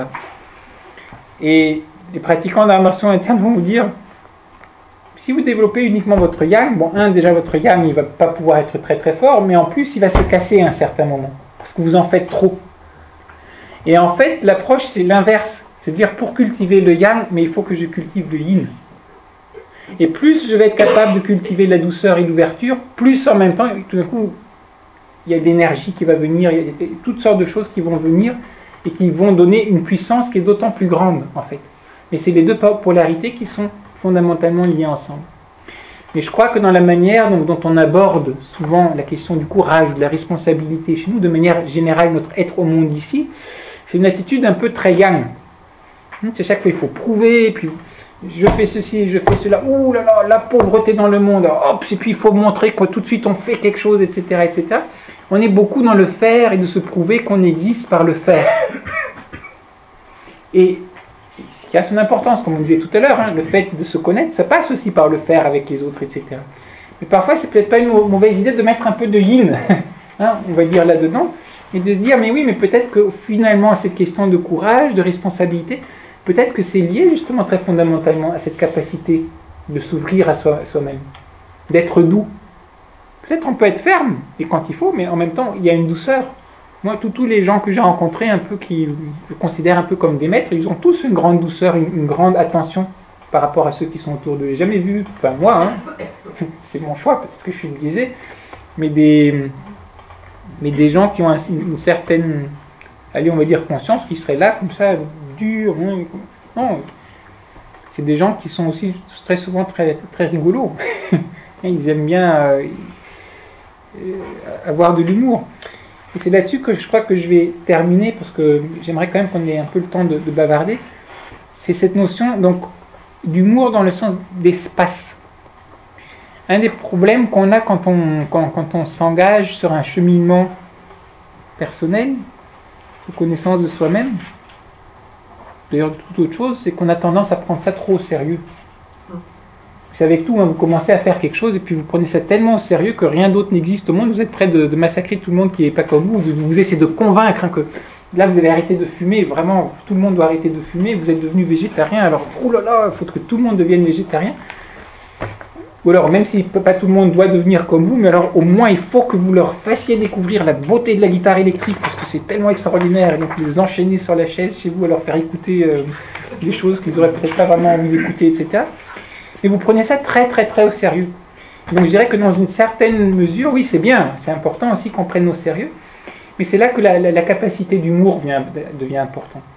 C'est-à-dire, est-ce qu'on peut aussi rire un peu peut-être des folies ou des excès qu'on fait dans son propre cheminement et qui nous permettent non pas un humour pour casser, mais l'humour qui est cet espace qui vous permet en fait de vous rendre compte parfois de l'absurdité de ce que vous êtes en train de faire ou des situations dans lesquelles vous vous retrouvez. Alors vous en riez, puis vous essayez en même temps d'en apprendre quelque chose. Et donc à travers ça, en fait, votre relation avec le monde commence de manière générale à être aussi plus une relation un peu, on va dire même d'émerveillement. Même les choses stupides, mais vous regardez ça, vous dites, mais c'est très humoristique finalement. Ah, si vous êtes croyant en Dieu, si vous êtes théiste, vous allez dire, ah ben, pas mal là, le réalisateur finalement. Il nous a inventé de ces situations, là c'est très comique. Alors là où c'est difficile, c'est que parfois quand c'est vous qui êtes la victime de la farce, pour le dire comme ça, vous ne trouvez pas cette comédie très drôle. Mais donc c'est là qu'il y a aussi donc toute cette notion, donc un peu est-ce qu'on ose regarder, et en osant regarder, petit à petit est-ce qu'on ose regarder, d'ouvrir ce qu'on regarde, voir la situation autour. Et donc en voyant la situation autour, en fait il y a un décalage du regard. Et vous pouvez commencer à être spectateur. Et en étant spectateur, spectateur, c'est pas que vous agissez plus, mais vous êtes en même temps spectateur. Et c'est là que d'une certaine manière, ça peut vous libérer à agir. Parce que vous acceptez tout bêtement qu'en étant ici en tant qu'être humain, vous êtes un être humain, vous n'êtes pas un reine, mais là vous êtes un être humain qui a cette douceur, cette ouverture, etc. Et si vous êtes là dans cette pièce de théâtre-là, dans les Indiens ou les bouddhistes, vous direz, c'est que probablement, vous avez ce qu'il faut, vous avez fait ce qu'il faut pour vous retrouver là. Vous serez autre part, vous serez soit, un ver de terre, vous serez encore un arbre, ou vous serez un dieu dans un autre monde, etc. Mais si vous avez signé pour la production planétaire 2011, etc., c'est ça votre contrat, entre guillemets. Et donc au lieu d'essayer de renégocier votre contrat tout le temps alors que vous l'avez déjà signé, vous le jouez, puis vous le jouez au mieux. Et vous commencez à apprécier en fait la beauté sous-jacente.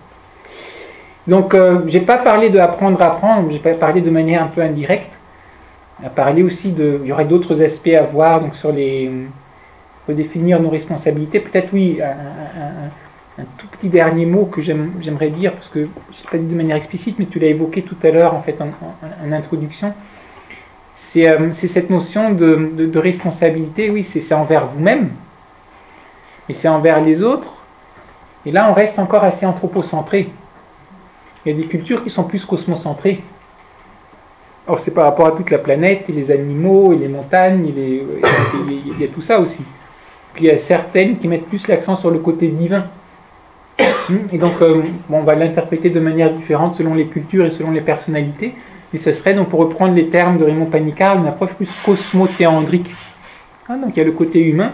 Il dit, cette réalité cosmothéandrique, finalement, elle se trouve au fondement même de la réalité, dans le sens qu'il n'y a pas de réalité sans ces trois éléments. Pourquoi ? Parce que si vous percevez quelque chose, c'est que votre subjectivité humaine, elle existe. Donc, dire ça, vous ne pouvez pas vraiment l'enlever. Il y a l'univers dans lequel vous fonctionnez, qui peut être votre corps ou quoi que ce soit, mais enfin les choses que vous expérimentez. Et pour ceux qui diraient oui, mais avant que les êtres humains étaient là, oui, c'est parce que vous fonctionnez en termes de temporalité chronologique arrêtée, mais l'univers tel que vous le connaissez, qui existe, il y a toujours eu des êtres humains. Même s'ils n'étaient pas là pendant 15 milliards d'années, mais là, notre expérience de l'univers, il y a aussi une conscience humaine qui en fait partie. Et puis le troisième, c'est que l'environnement et la conscience qu'on en a, c'est pas toute l'histoire, parce qu'il y a toujours cette dimension un peu de mystère sous-jacent, de liberté sous-jacente, que vous n'arrivez jamais complètement emprisonné. Vous n'êtes pas dans un truc mécanique, où tout est déjà comme ça fixé d'avance. Il y a cet horizon un peu de liberté fondamentale, ou de mystère fondamental, ou l'appelez comme vous voulez, que certains peuvent appeler le divin, qui fait aussi partie de notre expérience humaine. Et donc c'est pour ça que je trouve ça assez intéressant de dire, donc si on réfléchit à notre question donc, de la responsabilité, ou vers quel genre de conscience peut mener finalement petit à petit ce genre de cheminement intérieur, c'est qu'on commence aussi à percevoir un peu ces dimensions-là, et l'interaction entre ces différentes dimensions. Alors selon les personnalités, les cultures, on va peut-être plus mettre l'accent sur l'une ou sur l'autre, mais au moins dans une certaine mesure, je crois qu'il commence à y avoir une conscience de ces différents aspects, et donc conscience signifie aussi après, donc responsabilité, réponse à cette conscience-là. Et ça nous ramène tout à fait à la fin. J'aurais bien vous aimé raconter l'histoire de Saint Christophe, mais là, pas pour aujourd'hui. Mais la fin de l'histoire qui est intéressante, c'est qu'une fois qu'il en arrive à la fin de son périple, où il porte finalement le Christ d'une rive à l'autre rive, et que finalement, donc il pensait se noyer carrément, parce que c'est devenu de plus en plus lourd, et puis il dit à l'enfant, je pensais qu'on n'allait pas réussir, j'avais l'impression de porter le monde entier sur mes épaules, et puis l'enfant lui dit, tu avais l'impression, c'est que tu portais le monde entier sur tes épaules, parce qu'en fait je suis le Christ, celui que tu cherchais, donc à partir de maintenant on t'appellera Christophoros, donc celui qui porte le Christ. Et donc il prend son bâton, il plante le bâton, et le bâton commence à nouveau à devenir un arbre.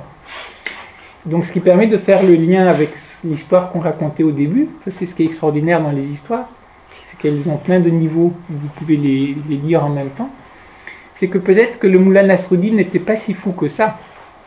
C'est que ce qu'on essaye de faire souvent, c'est qu'on essaye, pour sauvegarder notre cocon, notre ego, notre bateau qu'on a construit, etc., on se bat contre les choses telles qu'elles sont. Parce qu'on voudrait qu'elles soient autres. Alors, effectivement, peut-être au départ, il faut déjà prendre conscience de ça et donc commencer à lutter contre ces tendances-là. Mais pour découvrir que peut-être, oui, vaut peut-être mieux se mettre du côté du plus fort. Du côté de la vie telle qu'elle est. Et donc, au lieu d'essayer de faire se conformer la vie à nos points de vue plus ou moins illusoires ou nos projections, petit à petit, apprendre à s'ouvrir à la vie telle qu'elle est. Et qui peut inclure qu'un bateau coule. Et pour nous tous, d'ici quelques années ou plus tard, quelques décennies, notre bateau à nous tous coulera. Donc est-ce qu'on prend ça en compte ou pas? Voilà, donc je m'arrête là. Et donc je vous invite maintenant à soit attaquer là ou à questionner ou On peut commencer par applaudir.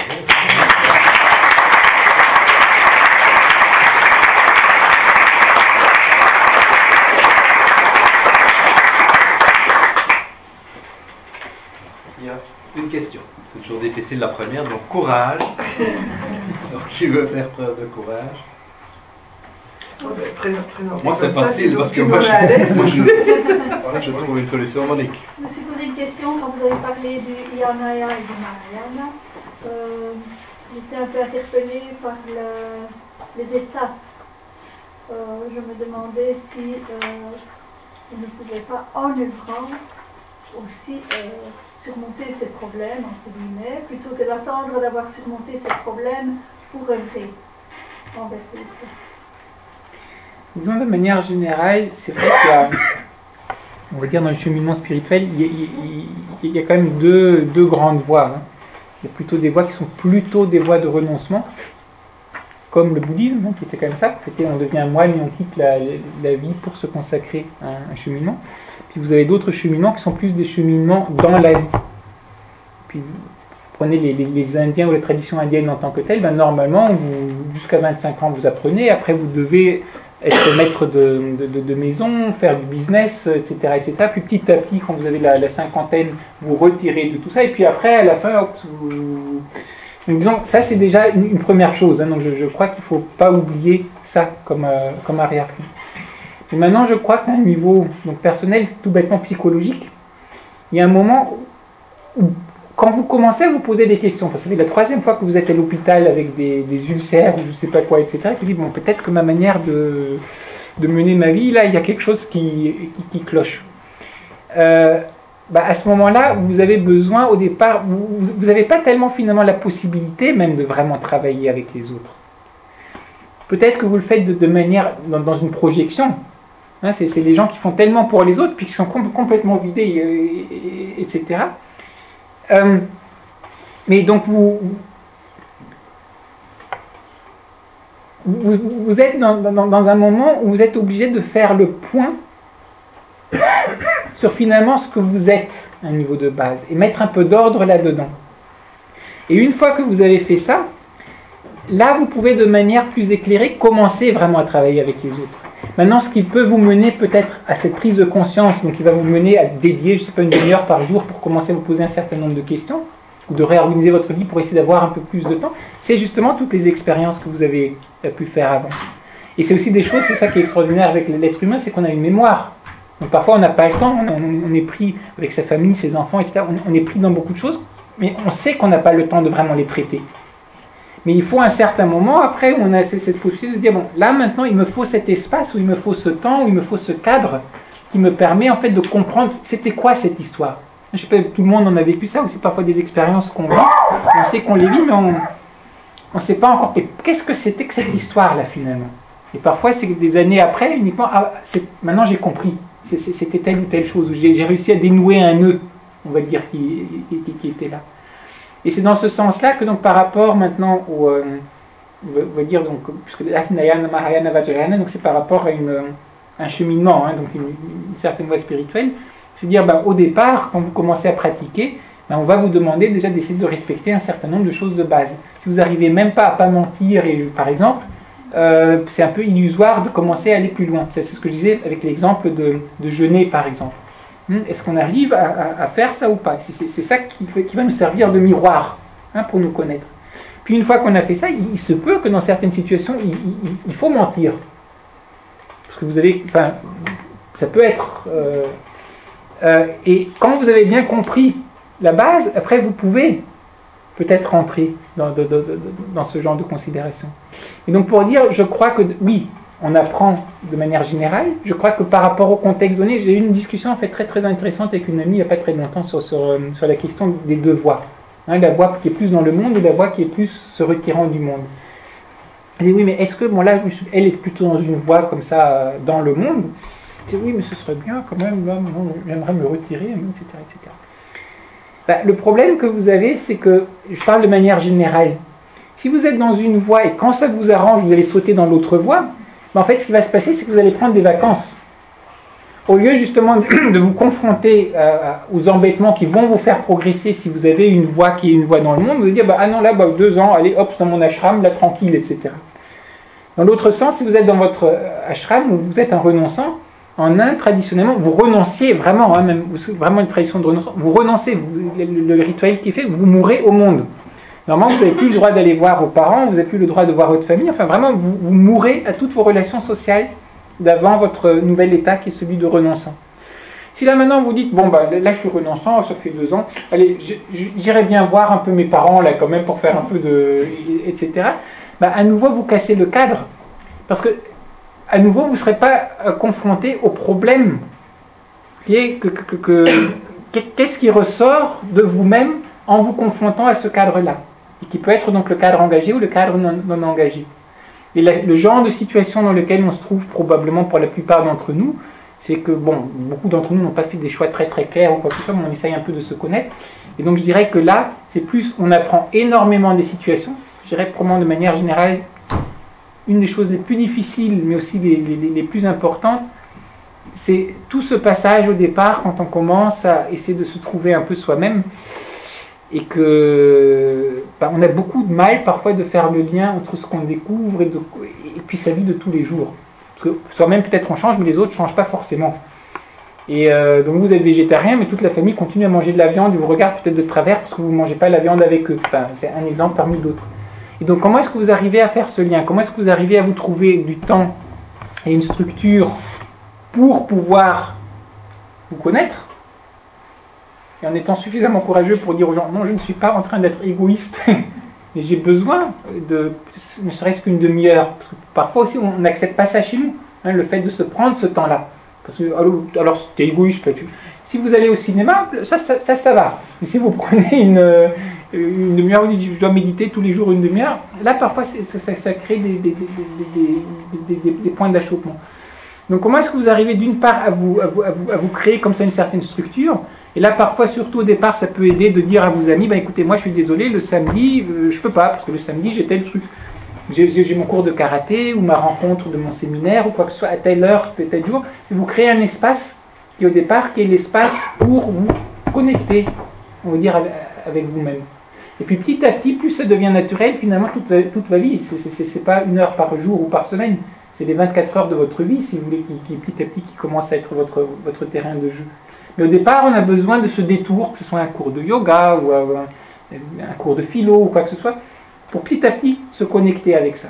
Et je crois qu'un des grandes difficultés, mais c'est aussi en même temps pour la plupart d'entre nous un beau test, c'est est-ce qu'on arrive à accepter, à avoir le courage de marcher sur ce chemin sans tout d'un coup renier tous ses amis, sa famille, etc., mais justement de rester dans cette relation, d'avoir les réponses, d'approcher, donc ça c'est très fort pour moi, on n'a pas parlé tellement aujourd'hui, mais c'est toute cette notion de dialogue, moi ça me tient beaucoup à cœur, mais donc c'est cette histoire aussi de pluralisme et de dialogue. Et justement, fragilité signifie aussi, moi j'ai pas toutes les solutions, vous les avez pas toutes, c'est justement on reconnaît ça, donc peut-être on va même pleurer, effectivement, parce qu'on se rend compte, je suis qui, etc. Et après vous parlez à quelqu'un d'autre, peut-être il vous donne quelque chose, donc c'est cette nécessité de, on va dire, de cheminer donc ensemble. Donc voilà, donc pour répondre, je crois que dans une approche de Mahayana, comme c'est quand même une tradition qui vient d'une tradition monastique, donc il faut avoir ça un peu en arrière-tête. D'abord vous êtes moine, vous faites votre discipline, et puis petit à petit, quand vous êtes un moine un peu plus aguerri, vous commencez à travailler dans le monde, etc., pour les uns et pour les autres. Une fois que vous êtes un moine très aguerri, vous avez encore peut-être d'autres manières de travailler avec vos étudiants. Mais si on prend donc un peu ça et on le met par rapport aux situations dans le monde dans lequel on est, c'est plus de dire, probablement quand même à certains moments on est obligé, pour se créer des cadres dans lesquels on puisse évoluer, d'avoir un peu des choses un peu plus rigides. Et puis mieux on connaît, finalement plus on peut un peu rendre plus flexible ces choses-là, parce qu'on commence à travers la forme à avoir touché le fond.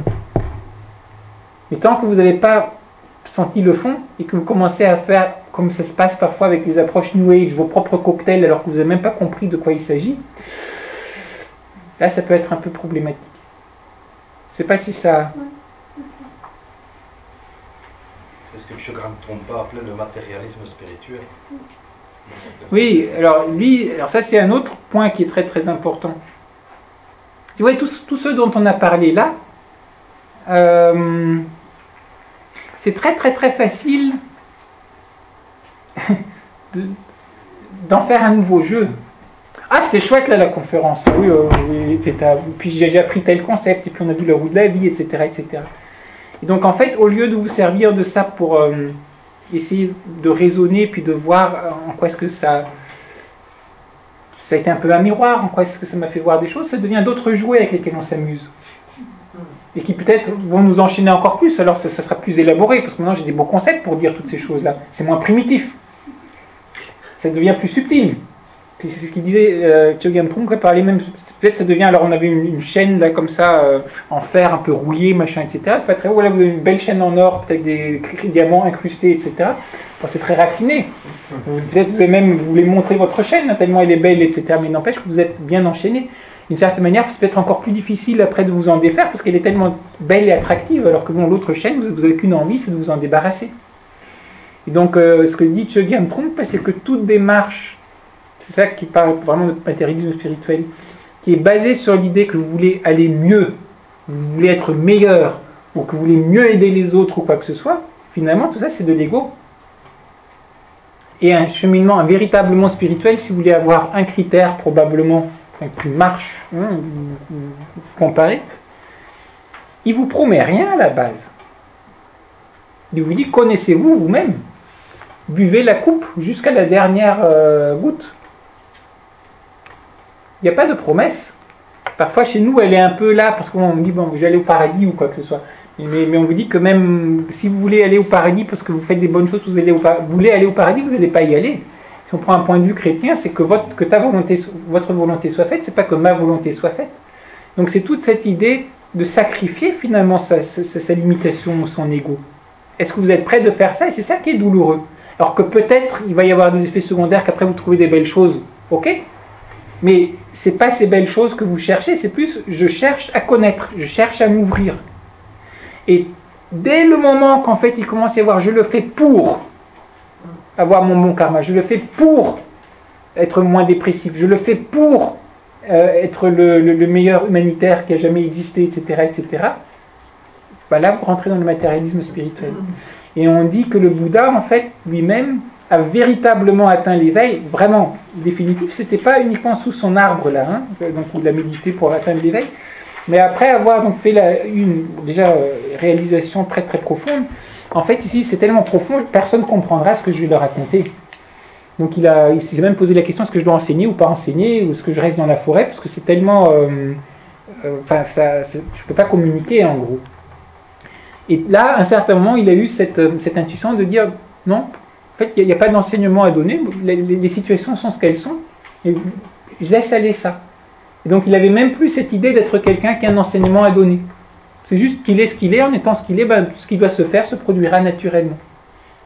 Et là, vous êtes dans une approche justement qui est, on parlait d'ouverture, qui est ouverte, et qui n'est plus justement centralisée sur vous-même. Et donc c'est pour ça que la plupart des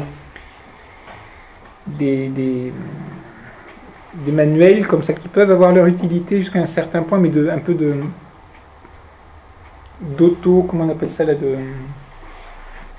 de s'améliorer, hein, pensée positive, etc., etc. Là où il y a le problème, c'est que par exemple vous dites, bon, on va parler des séminaires de 2 jours, parfois pour les entreprises, etc. Puis on dit, oh voilà, alors avec technique de méditation, yoga, etc., etc. Et on fait comme si c'était des techniques qu'on va prendre comme ça, et que la technique va vous donner, comme vous preniez une pilule pour être calme, alors maintenant on va faire ça, puis vous allez aller bien. Oui, peut-être que les techniques ont aussi certains effets, mais en même temps, vous êtes un tout comme être humain. Et alors, on dit le Dalai Lama, ok, formidable, on prend sa technique de méditation, mais ces histoires un peu morales, là, tout ça, c'est quand même un peu vieux jeu, tout ça. Hein. Il est extraordinaire, le Dalai Lama, mais là, on voit quand même un peu son biais, encore société traditionnelle, etc. Bon, donc, de manière sélective, on prend certains éléments. On dit, moi, travailler dans le yoga, moi je vais faire les postures, puis je vais faire de l'éveil de ma kundalini pour ouvrir mes chakras et je sais pas quoi, etc. Mais alors de vous dire, attendez, mais les 2 premières étapes du yoga, c'est quoi? Yama, niyama, donc la moralité et l'éthique. Vous en êtes où avec ça? Est-ce que vous mentez pas? Est-ce que vous voulez pas? Est-ce que vous êtes non violent, etc. Ah non, non, non, mais ça c'est des trucs de... Non, non, mais bon, moi c'est les techniques là qui m'intéressent. Donc vous voyez, c'est là qu'il y a le problème. C'est qu'en fait, on a une démarche où finalement on ne veut pas tellement se connaître soi-même, mais on veut alimenter l'ego, on veut être plus puissant, ou on veut s'amuser, mais on ne veut pas finalement regarder ce qui est là. Et ça, c'est un autre aspect intéressant donc, par rapport à la foi et la sagesse dont on parlait tout à l'heure, c'est que justement, un des rôles un peu ingrats, quand vous avez un maître qui est vraiment un maître, ben, c'est qu'il est obligé de vous réveiller à certains moments de votre illusion. Alors vous aimeriez qu'il vous apprend plein de techniques secrètes ou quoi que ce soit, puis vous dire, ben non, et là mon gars, bon, tu montes un business et tu reviens me voir quand ton business marche bien. Je dis, mais il est fou. Je suis venu pour avoir un enseignement spirituel, mais peut-être que vous avez d'abord besoin d'apprendre qu'est-ce que c'est que la responsabilité de monter une affaire, d'avoir des créanciers, de savoir rendre compte, etc., etc. Et après, une fois que vous aurez appris ça, ok, peut-être on peut aller plus loin sur d'autres choses. Donc ça, c'est une question qui c'est très, très, très, très, très important. Et c'est une des choses qui est les plus difficiles, parce que il nous prend toujours l'ego. Hein, et à chaque fois que vous avez parfois une petite victoire, entre guillemets, ben, j'ai réussi, là, je suis fort. Aps, à nouveau, vous êtes en train de vous faire avoir.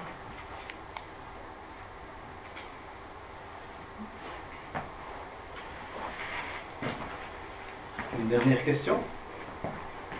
C'est d'accord avec Ben, les membres qui suivent nos cours régulièrement comprendront pourquoi pratiquement les seules techniques que nous proposons, c'est le tatrak, c'est-à-dire la concentration sur un point, et que ça peut durer toute une vie avant de passer à d'autres choses, justement. Donc, pas des choses de réveil de Kundalini et autres, non, on travaille des petites choses avant de pouvoir peut-être s'attaquer à des plus grandes par la suite. Donc c'est vrai que certains auront reconnu dans un discours très différent à la limite de ce que nous faisons ou que nous proposons, mais des choses qui convergent tout à fait dans la même direction. Donc devenir humain, effectivement, nécessite des étapes indispensables et on ne peut pas passer plus vite à la 3e étape sans être passé par les 2 premières, comme disait très bien Christophe. Et donc notre école de philosophie est dans ce sens. Et donc, comme je vous disais, on en parlera un peu plus jeudi, mais c'est clair que la philosophie à la mode classique, telle que nous la pratiquons, c'est un peu ça, hein, c'est le cadre dont on a parlé, c'est le cadre, il est dans le monde moderne, on n'est plus dans le monde classique, mais on utilise des outils, je dirais, qui peuvent nous permettre, avec un cadre bien précis, et effectivement avec aussi des exercices et des choses très simples du quotidien, d'apprendre à devenir humain. Et donc il ne faut pas des choses extraordinaires, il faut un cadre, un enseignement, des maîtres, puisque quelque part nous adhérons aussi aux maîtres de sagesse, il y en a de très nombreux, il y en a aussi autour de nous tous les jours. Le gourou, on l'a entendu tout à l'heure, ça peut être votre voisin hein, qui vient vous embêter pendant la nuit parce qu'il fait un peu trop de bruit, donc c'est à chacun d'entre nous de voir qu'est-ce qui peut nous aider à avancer. Donc c'est notre regard intérieur, la vie intérieure, on a parlé aussi de développer le yin, on appelle ça nous la vie intérieure ici dans cette école. Bon, nous avons des pratiquants d'arts martiaux ici aussi dans l'école qui pourront discuter un peu plus avec Christophe sur cette démarche justement des arts martiaux philosophiques. Donc voilà, donc moi je suis ravi en tout cas d'avoir fait cette rencontre et je vous promets en tout cas que nous allons certainement revoir Christophe quand son livre va sortir, puisqu'on aime aussi beaucoup Chogyam Trungpa, on a fait souvent des conférences sur le personnage, donc ça serait intéressant de faire peut-être un séminaire un samedi avec à la fois le livre et puis la vie de Chogyam Trungpa, donc on sera certainement très content de se replonger dans cette voie du guerrier que nous aimons et que nous essayons de pratiquer, je dirais, avec notre méthode dans cette école et dans 50 autres pays dans le monde. Et donc c'est là où il y a des convergences qui se font. Donc je ne sais pas si vous avez d'autres questions, commentaires avant de clôturer cette soirée. Ben alors on peut...